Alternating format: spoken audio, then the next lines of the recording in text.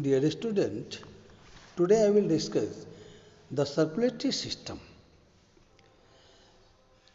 After digestion, our body absorbs some nutrients. Then how the nutrients are rich in the body, in the cell, in the organ, etc. So this is done by circulatory system. As well as nourishment, oxygen is also circulates by the help of circulatory system. And blood is responsible for the circulating nutrients as well as oxygen. The blood circulating in the body keeps on carrying fresh nourishment and bringing back waste product. All this gets done by a system of organ which constitute the circulatory system. The circulatory system consists of the following organs. First is heart, blood vessels and blood. Heart is located slightly toward the left in the chest. It is a muscular organ and roughly of the size of the closed fist of a person. The heart is divided into two equal halves. Total hearts को हम लोग दो भागों में heart को बांट सकते हैं. पहला क्या है? Left half and right half. And after that, this half part is also divided into two chamber. Left half divided into two chamber and right halves also divided into two chamber. The total number of chamber is 4. The upper two chamber are called auricle or atrium and the lower two chamber are called ventricle. The left auricle and left ventricle contain oxygen rich blood. The right auricle and right ventricle contain blood having carbon dioxide. The oxygen rich blood is called oxygenated blood, whereas carbon dioxide rich blood is called deoxygenated blood. The main function of the heart is to pump blood and keep it moving in the blood vessels. A blood vessel. Blood moves around the body through a system of tubes called blood vessels. There are three types: the arteries, the vein and the capillaries. The vessels which take blood away from the heart to various parts of the body are called arteries. यानी क्या हुआ कि arteries carry oxygenated blood.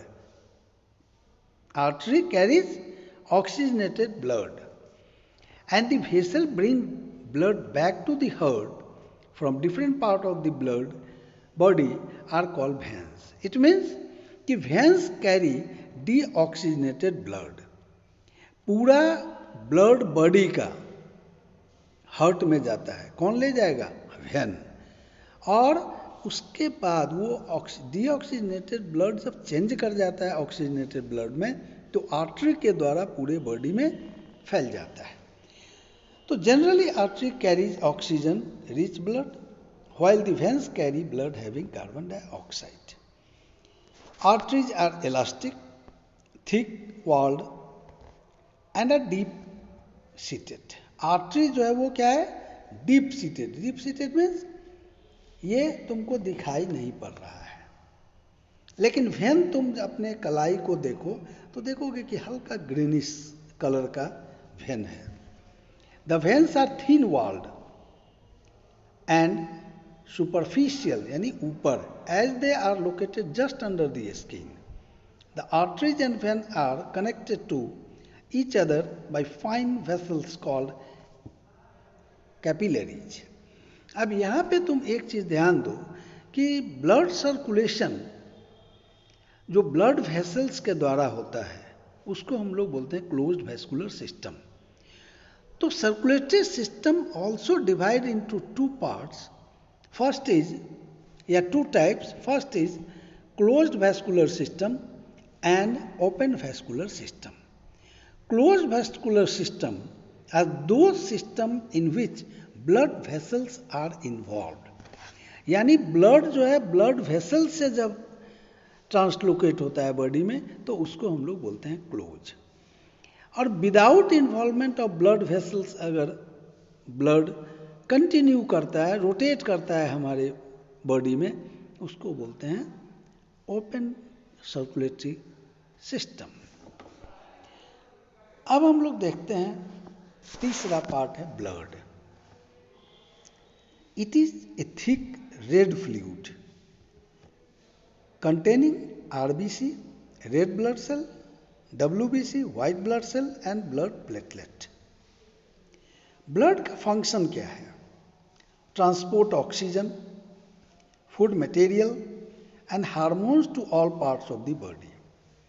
दूसरा है take back carbon dioxide from all parts of the body to the lungs. तीसरा है protect the body from diseases and other infections. WBC is responsible for this. यहाँ पे तीनों यानी आरबीसी, डब्ल्यूबीसी और platelet तीनों का फंक्शन अलग अलग है। RBC red blood cells carry oxygen, nutrients and hormones, whereas WBC protect from infections. And platelet जो है वो क्लॉटिंग ऑफ ब्लड में मदद करता है। अब कहीं पे तुमको मान लो ब्लड निकल रहा हो शरीर से तो तुम देखोगे कुछ देर के बाद वो अपने आप बंद हो जाएगा और ऊपर में एक क्या कड़ा सा सब्सटेंस बन जाएगा। तो by the help of platelet, blood platelet. उसके बाद इसका काम है help to maintain the body at the constant temperature. Body का कांस्टेंट टेम्परेचर भी वो रखता है। डू यू नो में blood contain a substance called haemoglobin which contains iron. Haemoglobin big. अब तुमसे पूछा जाएगा कि भाई ब्लड लाल क्यों है, तो the colour of blood is red due to presence of haemoglobin. Insect में हेमोग्लोबिन नहीं है, दैट इज वाई इंसेक्ट है blue, green and colourless blood, they have no haemoglobin. दूसरा है the left side of the heart is bigger than the right side of the heart. The heart beat is a sound the heart makes when the heart valve open and close. जब ये open and close होता है heart, यानी जब blood heart में आता है और हार्ट से पूरे शरीर में जाता है तो एक प्रकार का साउंड पाया जाता है। वो डॉक्टर जो हैं उसी साउंड को देखकर पता करते हैं कि क्या हुआ है स्टेथोस्कोप के द्वारा। 4 तरह का ब्लड ग्रुप है, A B and O. The rate of heart beat varies from person to person. The heartbeat on an average 72 times per minute. Thus, beat rate increasing during exercise. तुम हांफने लगते हो exercise करने के बाद, excretion or when a person is excited.